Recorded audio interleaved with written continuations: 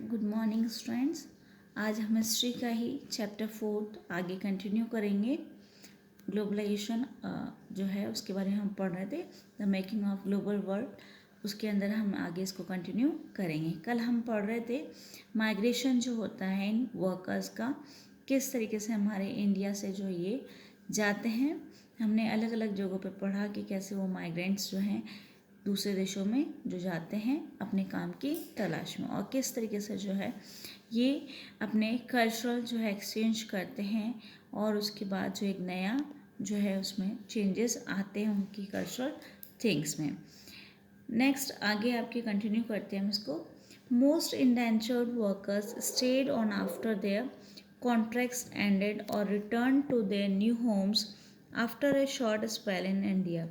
ये जो indentured workers होते हैं वो वहाँ पे उनका कॉन्ट्रैक्ट्स जो है वो एंड हो जाते हैं, उसके बावजूद भी वो वहाँ पे रहते हैं। Consequently there are large communities of people of Indian descent in these countries. यहाँ पे जो ये रहने वाले जो हैं वहाँ पे लार्ज कम्युनिटीज़ जो है वो हमारे इंडिया से जो है वहाँ पे जो है वंश के जो लोग रहते हैं हमारे वहाँ इंडियंस उनसे रिलेटेड थे, तो उनके वंशज जो है उस रिलेशन में थे, उस तरीके से उनके वंश से थे, इसलिए जो है वो वहीं पे रहना पसंद करते थे। Have you heard of the Nobel prize winning writer? हम पढ़ेंगे जो नायपॉल थे उनके बारे में, जिनको नोबेल प्राइज़ जो है मिला है उसके बारे में हम बात कर रहे थे। Nobel prize winning writer VS Naipaul की, जिसके बारे में आप जानते हैं। क्या आप जानते हैं इसके बारे में? Some of you may have followed the exploits of West Indies cricketers Shivnarine Chanderpaul and Ramnaresh Sarwan के जो ये क्रिकेटर्स हैं उनके एक्सप्लॉइट्स जो हुए थे उसके बारे में आप जो है पढ़ रहे हैं। वो आपने सुना होगा, फॉलो किया होगा किस तरीके से उन्होंने एक्सप्लोर करा। If you have wondered why their names sound vaguely Indian, the answer is that they are descended from indentured labour migrants from India. ये जो क्रिकेटर्स हैं उनके नाम जो है अस्पष्ट जो है रहते हैं, और क्योंकि ये जो नेम है उनके इंडियन जो है उनके स्पष्ट रहते हैं, क्योंकि ये वो लोग थे जिनके वंशज जो है यहाँ से रिलेटेड थे, जो कि यहाँ से माइग्रेंट होकर के इंडिया से वहाँ गए थे। From the 1900s India's nationalist leaders began opposing the system of indentured labor। इस समय 1900 जो है वहाँ से जब है स्टार्टिंग हुई कि जो नेशनल लीडर्स हैं उन्होंने अपोज करना शुरू कर दिया इस सिस्टम का, जो ये इंडेंचर्ड लेबर जो माइग्रेट हो रहे थे उसका उन्होंने अपोज करा, विरोध किया। एज अब्यूसिव एंड क्रूर, बहुत जो है इसको जो है क्रूअल माना गया। इट वॉज एबोलिश्ड इन 1921। ये इंडेंचर्ड लेबर माइग्रेशन जो है उसको समाप्त कर दिया गया 1921 में। Yet for a number of decades afterwards, descendants of Indian indentured workers, often thought of a coolies, remained an uneasy minority in the Caribbean islands। उसके बावजूद जो है कुछ समय तक जो है उसके बाद दशकों में देखे तो जो ये जो वंशज थे इंडियन इंडेंचर जो लेबर थे वर्कर्स थे, इनके जो वंशज आगे जो पीढ़ी थी उन लोगों ने क्या जो है सोचा कि एज कुलीस के रूप में रहें और रिमेन अनईजी माइनॉरिटी, जो कि वहाँ पे उनको इतनी सारी चीज़ें सुविधाएं नहीं थी, माइनर लोग थे वो वहाँ पे कैरेबियन आइलैंड्स में थे। वहीं पे ही some of Naipaul's early novels capture their sense of loss and alienation.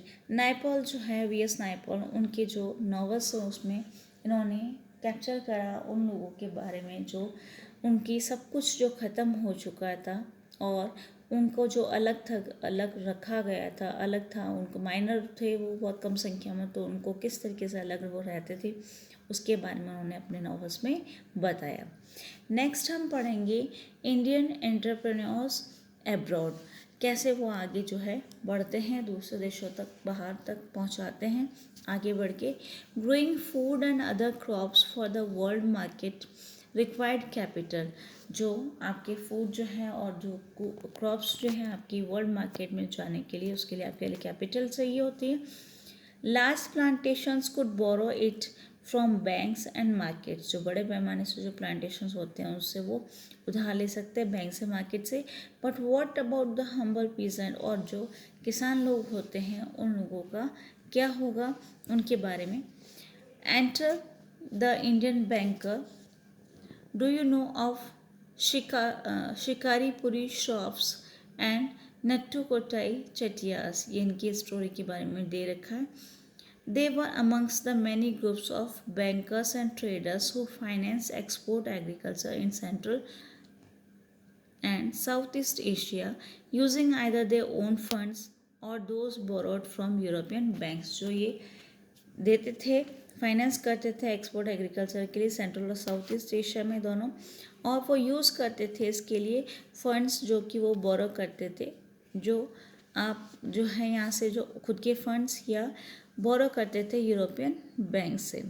और they had a sophisticated system to transfer money over large distances, और उनके लिए एक सिस्टम भी था जटिल जिसमें वो ट्रांसफ़र करते हैं मनी को बहुत दूरी तक। And even develop indigenous forms और कॉरपोरेट ऑर्गेनाइजेशन में भी जो है जो डेवलप थे उस फॉर्म में भी वो पहुंचाते थे ये सब चीज़ें। Indian traders and money landers also followed European colonisers into Africa, ये इनको भी जो है आगे जो है फॉलो करते थे यूरोपियन कॉलोनाइजर्स से। और Hyderabadi Sindhi traders however ventured beyond European colonies, ये जो लोग हैं सिंधी ट्रेडर्स जो थे वहाँ पे जो है वेंचर का काम करते थे यूरोपियन कॉलोनीज में। From the 1860s they established flourishing emporia at busy ports worldwide selling local and imported curious tourists whose numbers were beginning to swell.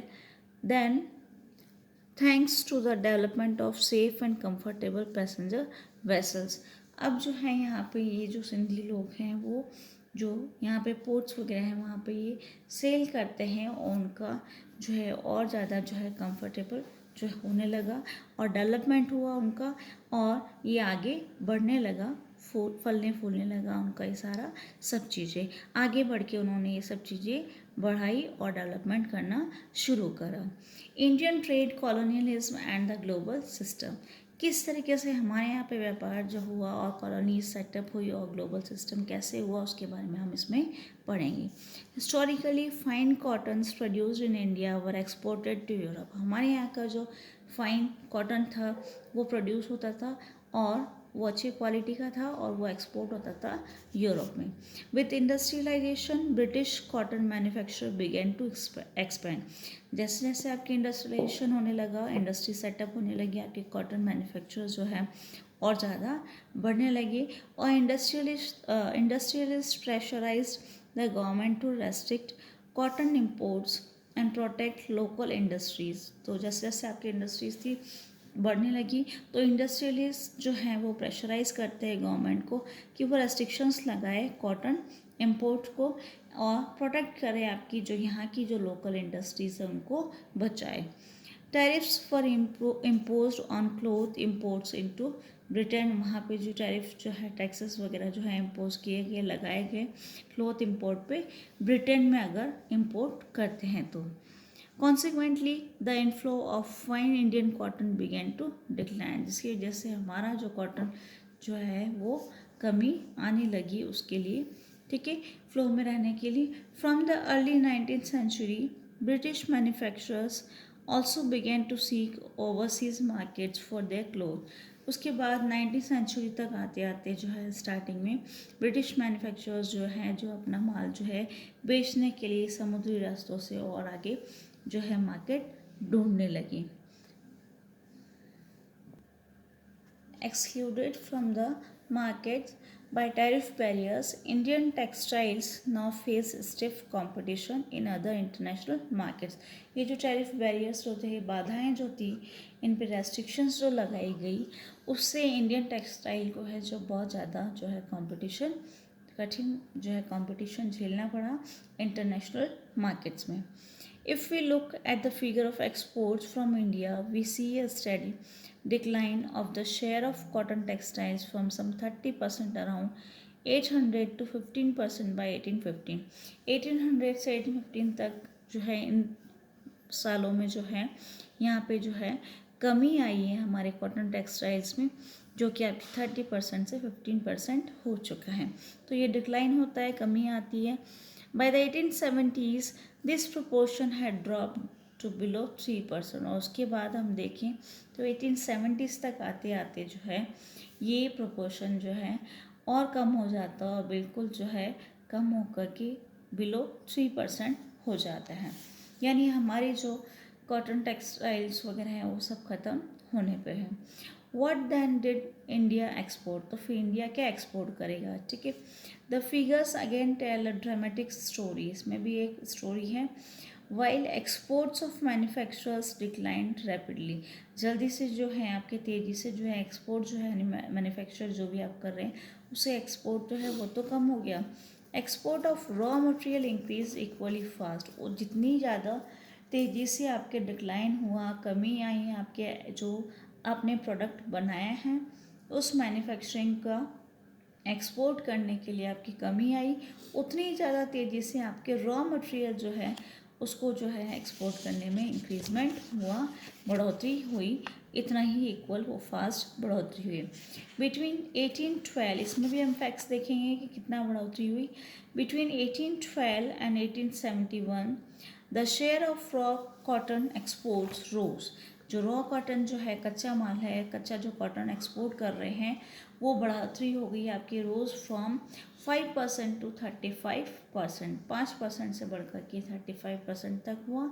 Indigo used for dyeing cloth was another important export. Indigo जो है नील की खेती जो करवाते थे वो काम में आती थी आपकी डाई करने के लिए, क्लोथ्स के लिए. ये भी आपके इम्पोर्टेंट एक्सपोर्ट था. हमारे यहाँ पे जो इंडिगो था वो क्वालिटी में बेस्ट है, तो उसके लिए जो है ये काम आता है आपका इंडिगो. जो नील की खेती की जाती थी हमारे यहाँ पे डाई करने के लिए क्लोथ्स को, उसको भी हमारे यहाँ से एक्सपोर्ट किया जाता था.